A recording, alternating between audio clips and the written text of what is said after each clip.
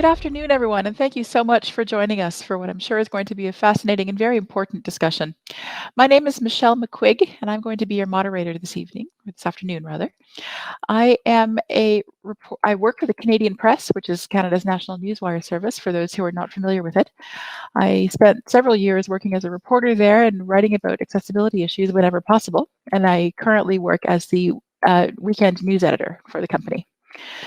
It is a real privilege and honor to be here today in capacity as moderator to take on a topic and host this panel discussion on a matter that resonates with me quite deeply, both personally and professionally.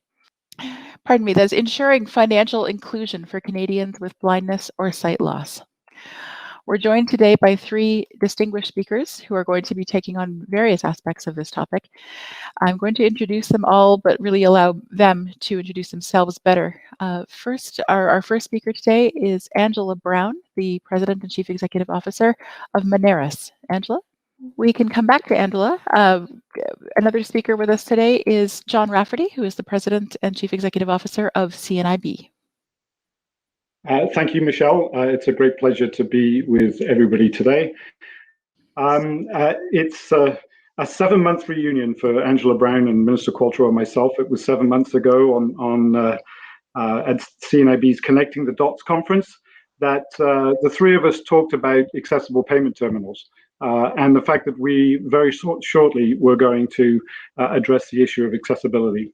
We built a partnership to remove the accessibility barriers that 1.5 million Canadians with sight loss face every day while buying their groceries or purchasing everyday essentials. Working with the team at Moneris, we were going to enhance Moneris's payment processing so that Canadians who are blind or partially sighted could make a payment independently and, most importantly, safely. Now, today, during National Accessibility Week, we are back together again to announce that the work is ready from Canadians from coast to coast to coast. And the fact that we've been able to accomplish this during a pandemic is nothing short of amazing. By being able to provide detailed verbal prompts, by increasing font sizes on display, and by providing options to invert color contrast, we've made an inclusive and accessible shopping experience for everyone. And it is my hope that the world will see this innovative yet simple change and follow suit, because this Made in Canada solution is for a global problem. I'd like to thank Moneris for stepping up and partnering with CNIB, for taking this issue seriously, and for putting the lives of the lived experience of Canadians with sight loss at the center of their solution. And I'd like to thank the Government of Canada for providing the lead funding for this project to happen in the first place. As we continue this journey to make every payment an accessible one, which I know is something that we all want, CNIB is looking to all those within the payment processing industry, many of whom are with us today, to join us in this journey. A commitment to accessibility should not be a box a company must check off. It should be embedded within our collective culture. And accessibility is great for business. 22% of Canadians have a disability, 22%. And this number is going to grow. As Canadians get older and stay older, more accessible payment solutions will create new customers. If a person with a disability is looking for a new bank or deciding which store to make their purchase, they're going to choose that bank or that store based on the one that is most accessible to them. And the Conference Board of Canada believes that the real spending by Canadians with physical and sensory disabilities is going to go from a current $165 billion a year to over $300 billion a year before the end of this decade. So again, on behalf of CNIB, I'd like to thank the Government of Canada for providing the funding for this incredible work. And I'd like to thank Moneris for stepping up and showing leadership. It shows what can happen when the government, the private sector, and the not-for-profit sector work together. I cannot wait to see how accessible payment terminals change the landscape of the payment world. Thank you. Thank you very much, John. That's great. I will now give Angela Brown, President and CEO of Moneris, an opportunity. Hopefully we can hear you now, Angela. Thank you for that, Oh, Michelle. great. John, very well said. And so I won't repeat the points that John has made, but we are so proud, the whole Moneris team, to be here today for this launch. It's been a wonderful process for us. We are Canada's leading payments provider, and we pride ourselves on being able to serve every type of business and every Canadian. And so this journey has allowed us to expand the people we can reach and support in the way that's best for them. And so we're just delighted with what we've done and what we've learned. And we are also excited to be the first to do this and can encourage our peers in the payments industry who are all online right now today to join in this mission to improve accessibility. This is the first day of Accessibility Week. And so the timing couldn't be better for all of us to celebrate Payments Canada and also celebrate the expanded functionality and capability to make sure we have an inclusive service for everyone. With that, I will turn it back to you, Michelle. Thank you so much, Angela. Our third speaker today, it's a pleasure to have her with us. It is the Federal Minister for Employment, Workforce Development and Disability Inclusion, the Honourable Carla Qualtrough. Well, thanks, Michelle. Hi, everyone. I'm joining you today from the traditional territory of the Tsawwassen and Musqueam First Nations. Thanks to Moneris and CNIB for inviting me. I just look forward to your events all the time. You know, personne ne sera surpris que le sujet de cette conversation m'intéresse beaucoup.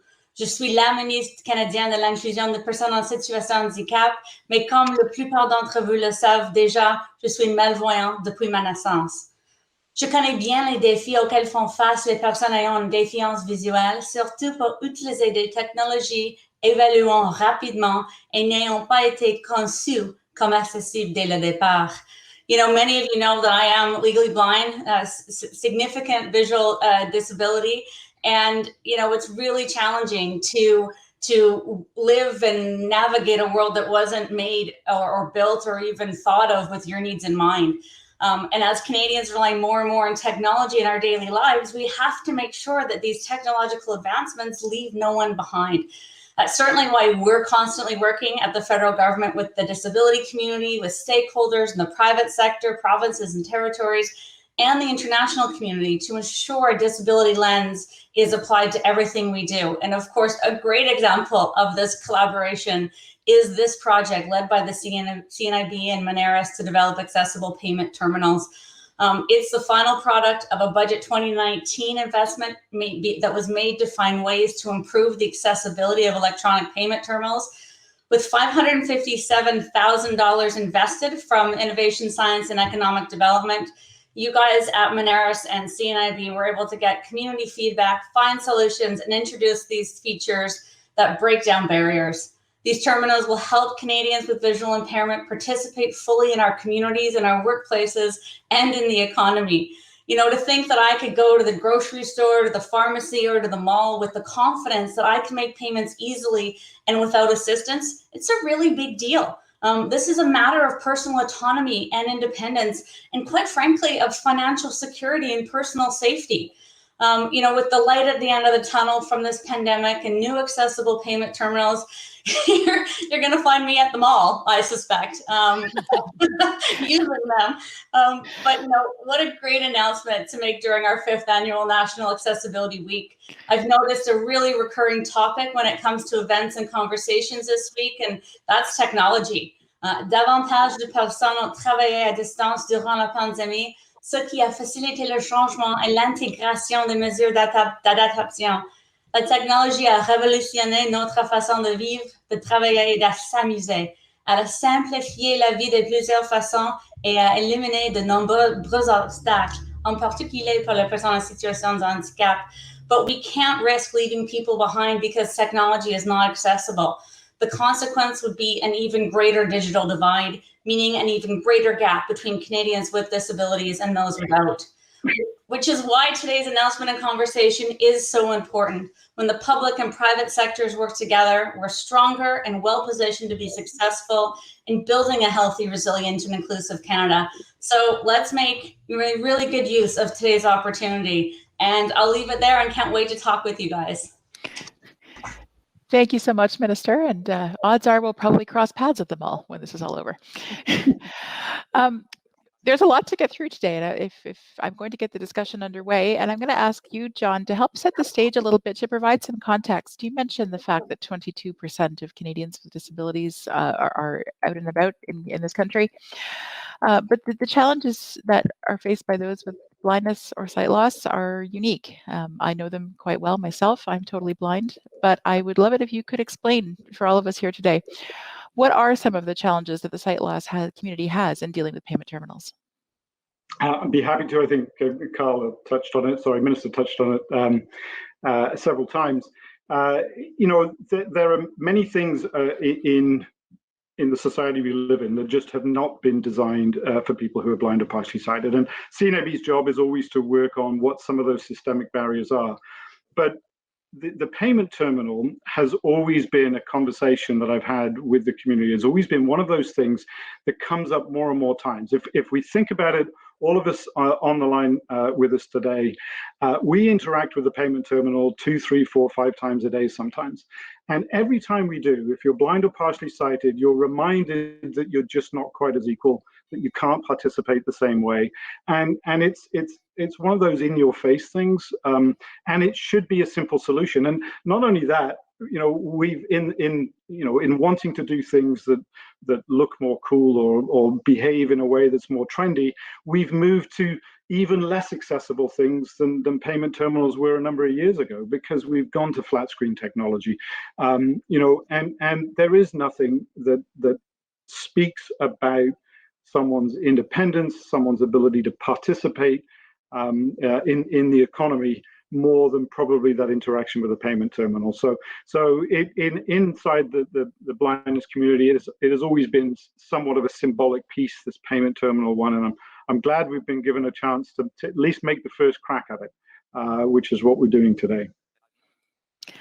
Which actually takes me to the next question, John, and I'm wondering if you could shed a bit more light on exactly how the CNIB is working with the financial sector to address the needs of those with blindness or sight loss. Well, on the payment piece, so CNIB, for those that don't know, is 102 years old, so we've reached our middle age. We've been doing this for a long time, and we've always had conversations with major financial institutions about how they serve Canadians who are blind or partially sighted. Today, specifically talking about payment terminals, we pulled everyone together at the beginning of 2018 and held a payment summit. We'd created a video highlighting for those in the payments world kind of really what those barriers felt like and looked like, talking to people from the community. And coming out of that, Moneris really stepped forward. I remember sitting down with Angela in her office not too long after that, having conversations with Minister Qualtrough and with others in the federal government around innovation. And so we've engaged the community, kept them very much at the center, and Moneris did a great job keeping them at the center of how this was developed. And we've all learned tremendously from it. So we've been thrilled to be a part of it. Thank you, John. And I'm sure we'll be hearing more of some of the fruits of all that labor a bit later on this afternoon. Minister, the next question I have is for you. We're going to be hearing in depth about CNIB and Moneris' efforts to get involved with this, but I would like to hear a little bit more about the government strategy to make sure that more organizations get on board and are more inclusive and accessible with the solutions they put forward. Really good question, Michelle, but let me start quickly with a bit of a personal answer to the first question that went to John. You can't, unless you've lived it, you can't imagine the feeling of exclusion and vulnerability that comes with that daily poke that John was talking about. And, I remember feeling so grateful when I got appointed to cabinet, and then actually thinking that it was because of my 6-year-old that I actually got to go shopping the next day, because it doesn't matter, where I end up and the tables I'm sitting around. If I can't access technology, it's really frustrating for us, and it is a kind of an in-your-face thing. So I'm just so grateful for everybody for this initiative, because John mentioned the symbolism of it. Yes, absolutely, but practically, it's just those of us that memorize the order of which buttons to press, and that sometimes the tap feature is somewhere else on the device than it is in other places. How many times have you canceled a transaction accidentally because you thought that was the okay button instead of, so really just super practically a major advancement. In terms of what we're doing at the Government of Canada to kind of encourage this type of innovation is we're working in partnerships with organizations, nonprofits, the business community around the country. Specifically on the electronic payment terminal, we're really going to take this piece of work as far as we possibly can. You know, we're looking to raise awareness by posting the report on our webpage. We're hoping to have even more partnerships across governments, across companies, across deliverers. We want to use this to develop standards with the Accessibility Standards Canada, which is great. And this is a perfect example of not having to start from scratch. You know, Accessible Standards Canada doesn't have to rethink this. You guys have thought it through. We just have to kind of enable this through regulations. And then we'll do some more research. So a bunch of different approaches to capitalizing on this innovative investment, but also to keeping the conversation going, because while this is a good start, there's so much more work to do. Thank you very much, Minister. Angela, I would love to hear a little bit more. We've laid a lot of groundwork and heard about the broad strokes in terms of the kinds of initiatives that we'd like to see put in place. But I'd love to hear a bit more about specifically what Moneris has been doing to improve accessibility and inclusivity for its products and platforms. Thank you so much, Michelle. You know, this came about through collaboration, and I can say that, you know, we've always in the financial services industry has some standards for accessibility, but not nearly enough, and not nearly as tailored to be able to adapt to different types of Canadians and their sight loss. And so our collaboration is the reason why our collaboration with the CNIB and with the Government of Canada is why we're here today, with a better solution that truly will allow people to use this and have that autonomy that Minister Qualtrough talked about. We learned, and I talked to our product people about what did they learn as they engaged with the CNIB on this development, and they learned a lot about what makes a difference in terms of, for example, contrast of fonts and font size, as well as audio. And there'll be more audio options in the future that we will develop. Every time earphones plugs change and devices change, we will have to adapt. But we're on a roadmap now where we know we can do this, and that with the right advice, these types of things can become standard, and they can become very easily incorporated into the products that people are developing for all businesses. So it's really been an eye-opening experience and a really positive experience for our team. Our culture is that we value inclusiveness and diversity. And so for us, this really resonates not just as a product, but also with our employees, our team, and the way that we want to put ourselves out there in the marketplace. So we're just delighted with this entire process. Thank you, Angela. And I understand that you may even have a concrete example to show us by way of a video in terms of the kind of work you've been doing.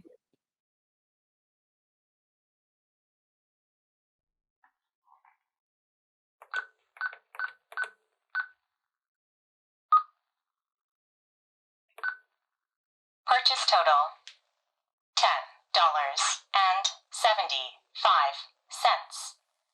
Please tap, insert, or swipe your card.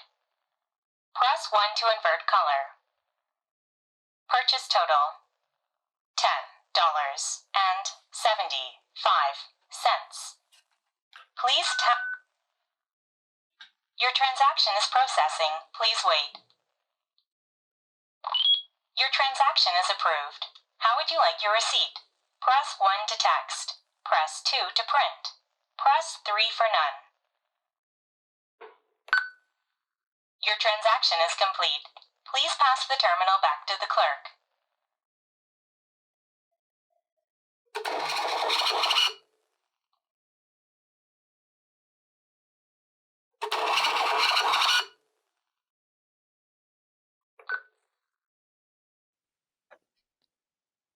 Perfect. Thank you so much for that video.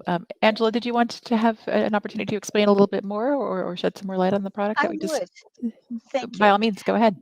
I mean, there are a number of suppliers to the point of sale hardware industry. And so if you can imagine, and there is every age of device out there in the marketplace. So as you can imagine, what we have done is we have worked with the two largest suppliers, Verifone and Ingenico, and we've got a family of their devices in each of those two companies to make these adjustments that we have worked on along with our own core operating system.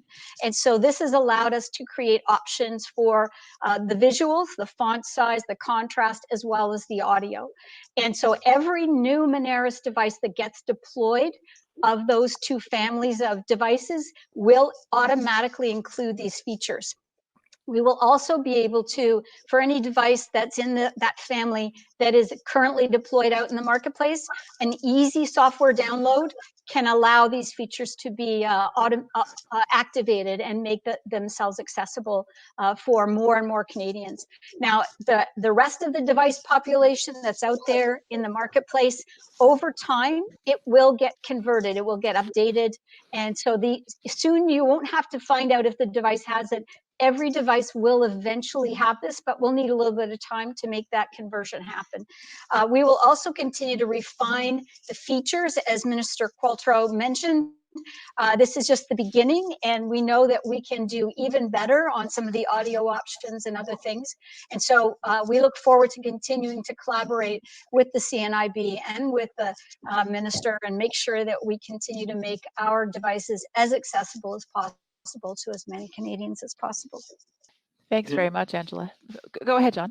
I was just going to say, I've spoken to people that were part of the testing group, and I would have to say that this isn't a absolute perfect solution for everything.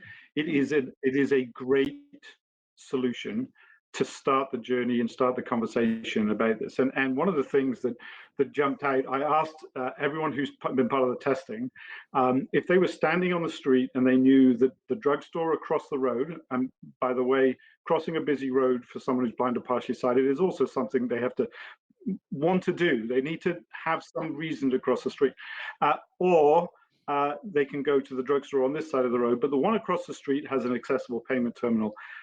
Every person to a T, no hesitation, I'm crossing the street. And so this is changing that landscape. And as soon as we have people starting to cross the street to get where an accessible payment solution is, every merchant's going to need one. It's just going to become ubiquitous, which is what we need. Thank you. That's great. And I confess I'm not surprised to hear that. I would probably share that view. The notion of having to disclose your PIN, for instance, to a total stranger cashier isn't terribly enticing. So having that option really would be a game changer and make a huge difference. I'd like to open up to a bit of broader discussion. I've been asking you all individual questions, but there's a few topics that I'd like to thrash out as a group, if I may. The first question is to get a feel for what the payment industry should be doing to respond to this. So I'm putting the question to all of you, and it's up to you who goes first. But what do you feel the payment industry needs to do to make financial payment services more inclusive? I'm happy to start, Michelle. By all means, Angela, go ahead. You know, I think, first of all, as a leader in the Canadian payments industry, using this Moneris capability and this platform to start to create the awareness and the dialogue around improving our inclusiveness with our services and the devices that we deploy is a great start. But I do think that we need to start to make these a standardized option. We're in a unique position at Moneris because we have our own operating system, which we use to drive the hardware that we deploy. And that means it's been easier for us to make this work than it would be for some other players. And so I think what we'll have to do is work with the providers, the suppliers to the industry to start to ensure that they embed it in everything that they are doing and deploying in Canada as a start. And certainly as we work with our partners across the industry, with large merchants that are very supportive of the kind of initiative that we have deployed here, we will be able to continue to make it the majority option and eventually 100% of the option. But I think creating some standards in the industry and ensuring that when a Canadian with blindness or with partial sight shows up at a device, they know how to use it because we've standardized the way it's been set up and the menu options and things like that. So we have some work to do in collaboration with our providers, our hardware providers, and with the different associations that we belong to as part of the financial services industry. Maybe I'll go next if that's Absolutely, okay, Michelle. Minister, go ahead. Yeah, I think there's a real conversation to be had in this country around the business case for inclusion. And I think talking about the consumer spending power, as John did, and talking about not only that this is the right thing to do, but this is a really smart thing to do. And as our population ages, we're gonna, we are all going to make choices. And by the way, so are the people around us that make it easier for us to feel welcome and included. So, I won't go, to a drugstore that doesn't have this terminal, but by the way, neither will my husband or my mother or my friends, because also the kind of the word of mouth power within the disability community is not to be understated. So I think, what your industry can do, first of all, is really buy into and champion the business case for all of this. That, if you don't have access to 22% of consumers, what are you thinking? Like you need that access. Yeah. So it's not just kind of a nice thing to do for this traditionally excluded group of people, which it absolutely is. But man, like when we start spending our money at your store and not the guy next door because you are welcoming us, people will notice this. Absolutely. I'm just going to add to that. I think that what in talking to Angela and people of Moneris, one of the things that they really learned was from the first-hand conversations with the community. The best thing that employers can do, that any organization can do to make sure their products and services reflect all of society, is to employ people from all of society. If you have staff who are blind or partially sighted working on the project teams with you for solutions, you will have upfront inclusive design. And it is very good for business when you do that, because not only is its target audience Canadians who are blind or partially sighted, but this makes it a lot easier for everyone over the age of 80. It makes it easier for people like myself over the age of 50 when I forget my reading glasses and can't use a payment terminal. So business solutions that are driven from inclusive design up front are always the better solution. So, and employment is a way to get there. I just want to jump in and also say thank you, Minister Qualtrough, because at Moneris, we would absolutely be delighted to have customers convert to us because we provide this capability. Didn't want to sound selfish about it, but there is a business case here, absolutely. And so there's just so many things going for this solution. Yeah, and we're talking today about people with blindness and sight impairment, but you can think of people whose first language isn't English, people with other kind of print disabilities. This is way bigger than we even know right now, and I think it's young people. It's pretty much everybody, right? We will benefit from this and the confidence it inspires, and we'll talk about it, and we will be loyal because of it. Yeah. Yeah. Thank you all very much for your thoughts. Did anyone else have any sort of parting words of advice for the payment industry before we move on to the next question? I'm not going to undo Angela's paid commercial broadcast on behalf of Moneris, but my goal, and I know the minister's goal, is we want every payment terminal to be accessible. I do know that there will be this inflection point. There will be a point in time where people will be voting with their wallets right now based on where things are accessible. But with a goal that we open up to everyone who's at this payments conference and those around the world, this is good for business. How can we help get there? And let's make it happen quickly. Thank you all. Another topic for general discussion. This is a bit of a broader brush question than what we were discussing before that was unique to the payment industry. This one has broader application, though, of course, is highly relevant here.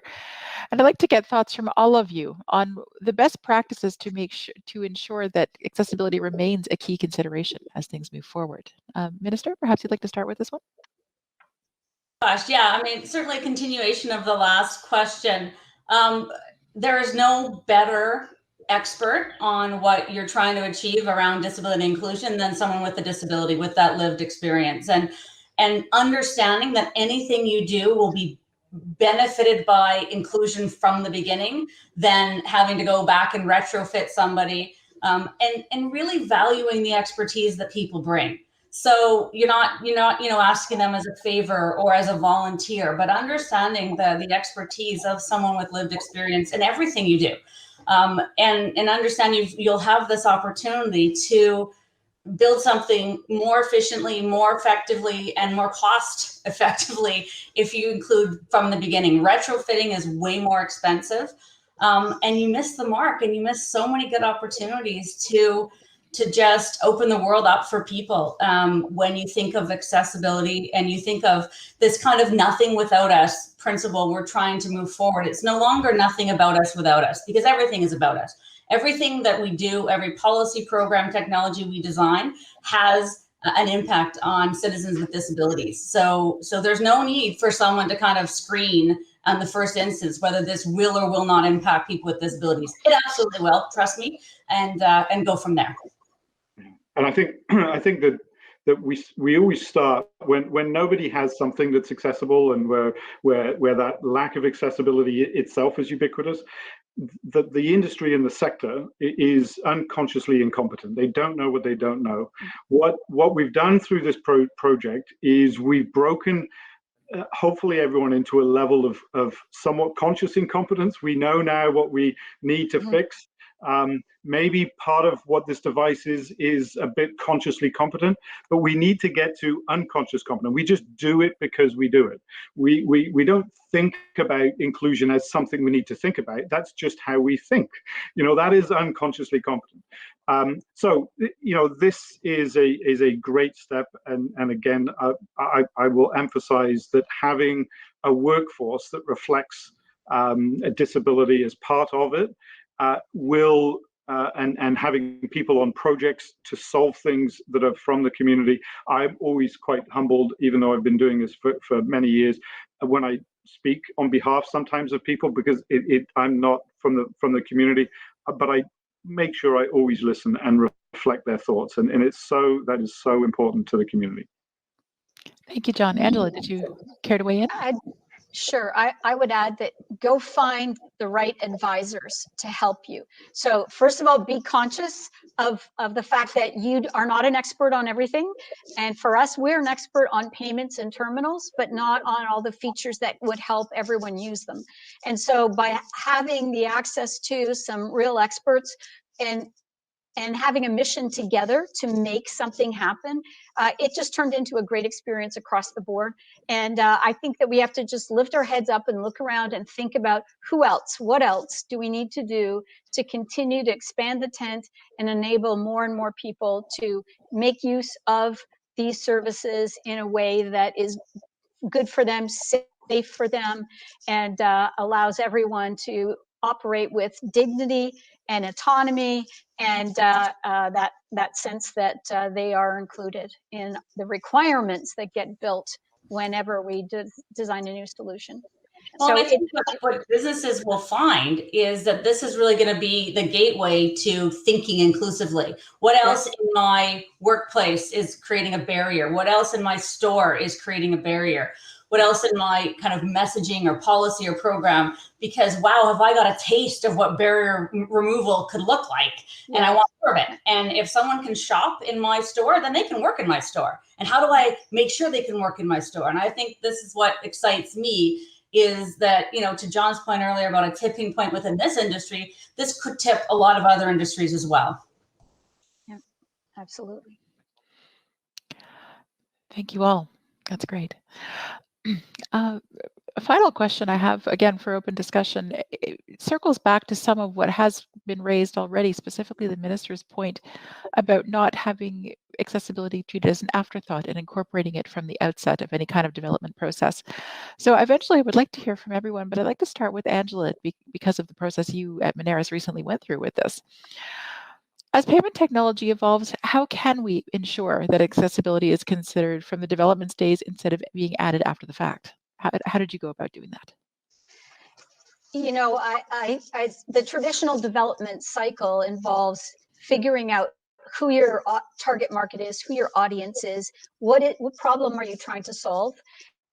You know, with blinders on, there used to be a decision that we were designing for manual payments in a face-to-face environment. And now payments has gotten much more complex, many more technology options. And so when you start that process and you say, what are my requirements and who's my audience? You have to start right there with saying, my audience is much more broadly defined than it would have been in the past. And then therefore, that means you have to start to identify the requirements that will meet all those different segments of the audience that you're trying to reach. And I think maybe challenge yourself at the very beginning of designing something to say, have I really thought about the entire audience that I need to address? And I think these are design stages that any business will go through, and that it just has to be thoughtful about in order to capture it up front. Now, some of what we've done today is a result of the evolution of technology, and that's going to continue to happen. And so I think that even if you've asked yourself in the recent past, could we solve a problem, and you think there's no good technical solution right now, you have to ask yourself again and be willing every time to revisit the requirements that may be needed, because the technology is going to start to evolve and enable more and more answers to the challenges that we're all trying to solve. So I think it's all about your design process. It's about thinking inclusively up front, and it's also making sure that you're up to date on what technologies could be solving the problem now that maybe weren't available the last time you looked. And sometimes the only way you know that is asking your expert, because for sure in talking to the CNIB, we learned about a lot more of the technologies that are available now and useful today, and we will continue to have that dialogue to make sure we stay current. I would like to throw to John and have him build on some of these thoughts. John, what is the best way to ensure that these sorts of considerations are incorporated throughout the process rather than tacked on at the end? Well, I've already said employ people several times, so I won't say that one again, but employ people. So I'm going to tee it up for the minister, I think, at this time. You know, we've got an Accessible Canada Act, Bill C-81. It went into effect almost 2 years ago now. Although we've been a little bit distracted over the last year on things, it doesn't mean we've stopped doing anything. But industries, you know, need a framework of regulations that they work under in a country that need to have teeth. That is never the solution. The solution should not come from, we've got a regulation, and if you don't do this, you know, someone's going to wrap your knuckles. That's not what we look for, although it does need to exist. So I do know that we need to get there. We need to be doing this because it's good for business. You know, we need to continue to prove the business case around this.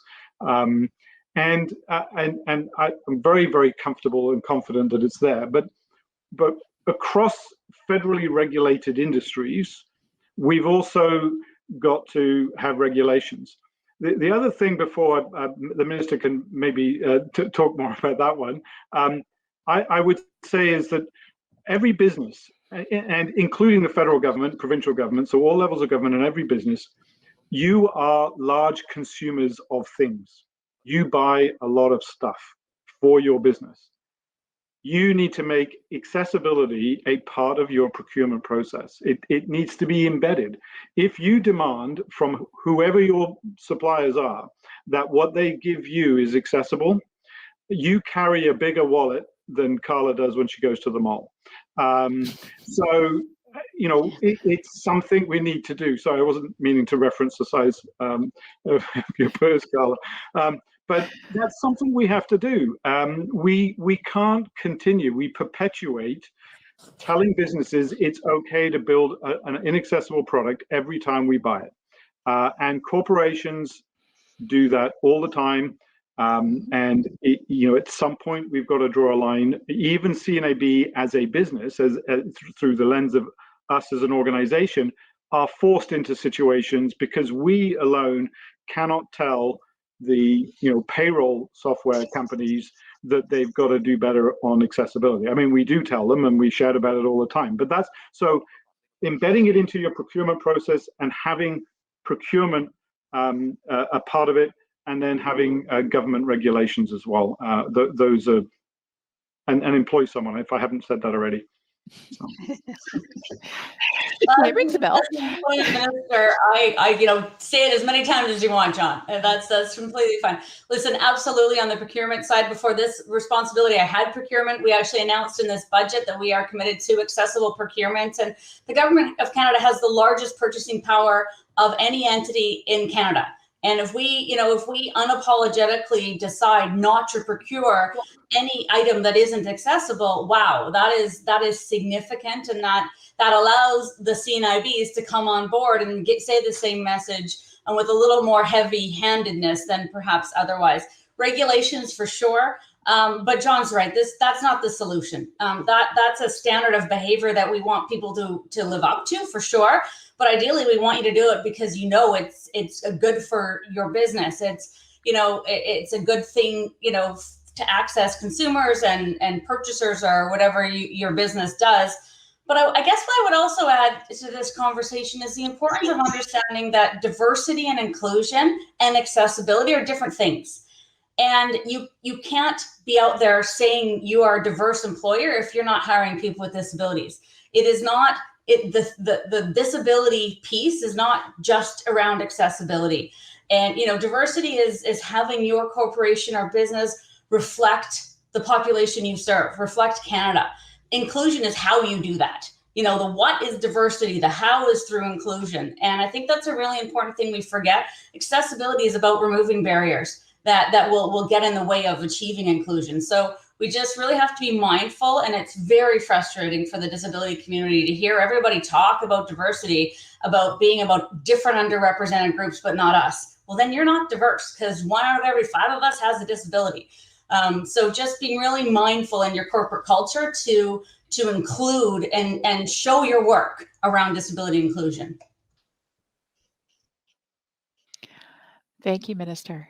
Did anyone want to offer follow-up to what anyone has been saying so far today?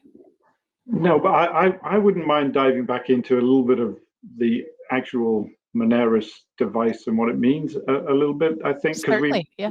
I think that, if you get Minister Qualtrough and myself in a room, we get a bit stump speechy sometimes. I speak for myself. The minister would never do that.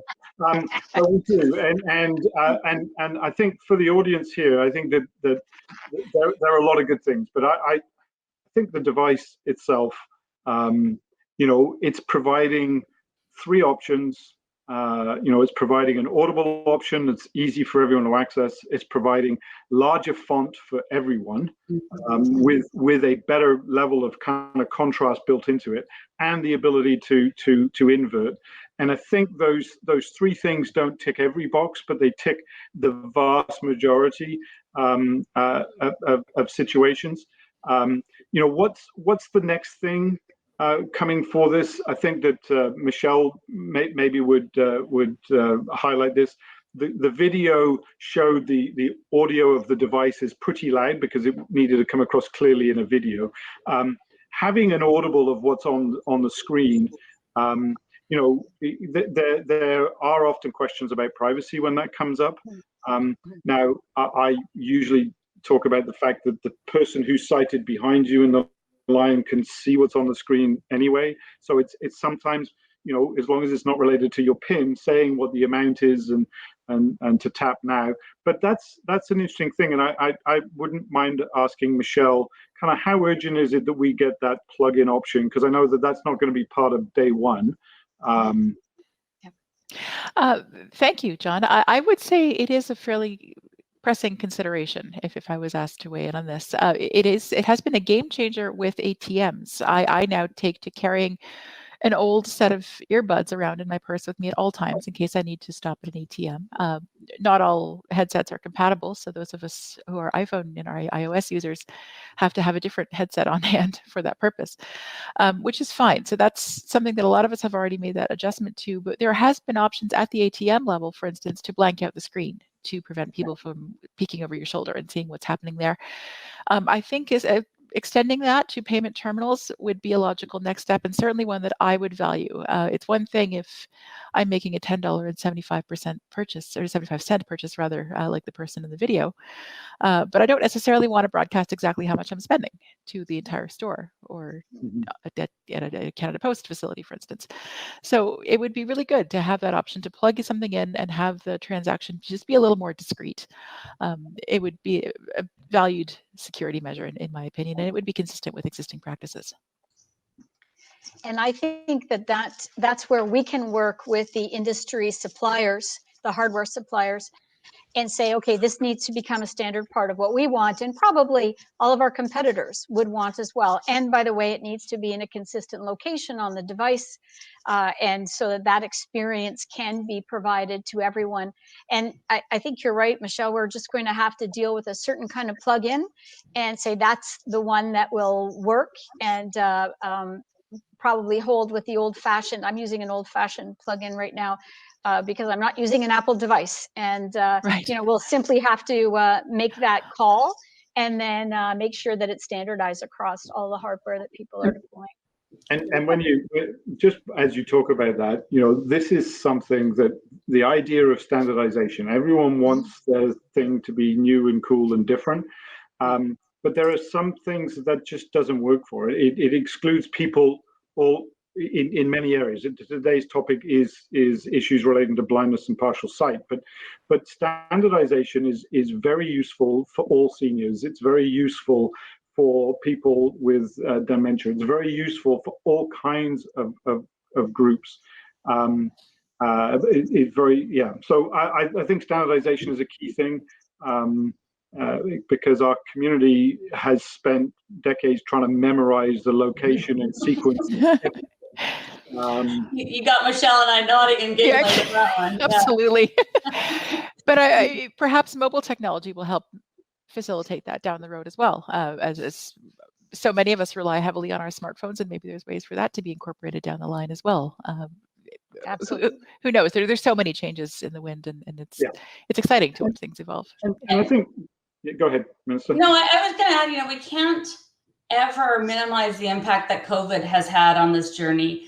And, for people who are blind and visually impaired, COVID has really put in place some additional barriers as we navigate the world. If it's a plexiglass, how many of us have whacked our faces on a plexiglass shield? I pick up things so I can see it. And I can't pick up terminals now because they just want you to take out your cart and kind of slope underneath the plexiglass and touch the machine. Well, if you can't see what's on the machine, some restaurants and stores don't allow you to bring people in with you to help and provide assistance. So I think, COVID has kind of heightened the need for more inclusive technology, but really also created some immediate barriers for many of us in terms of being able to be independent.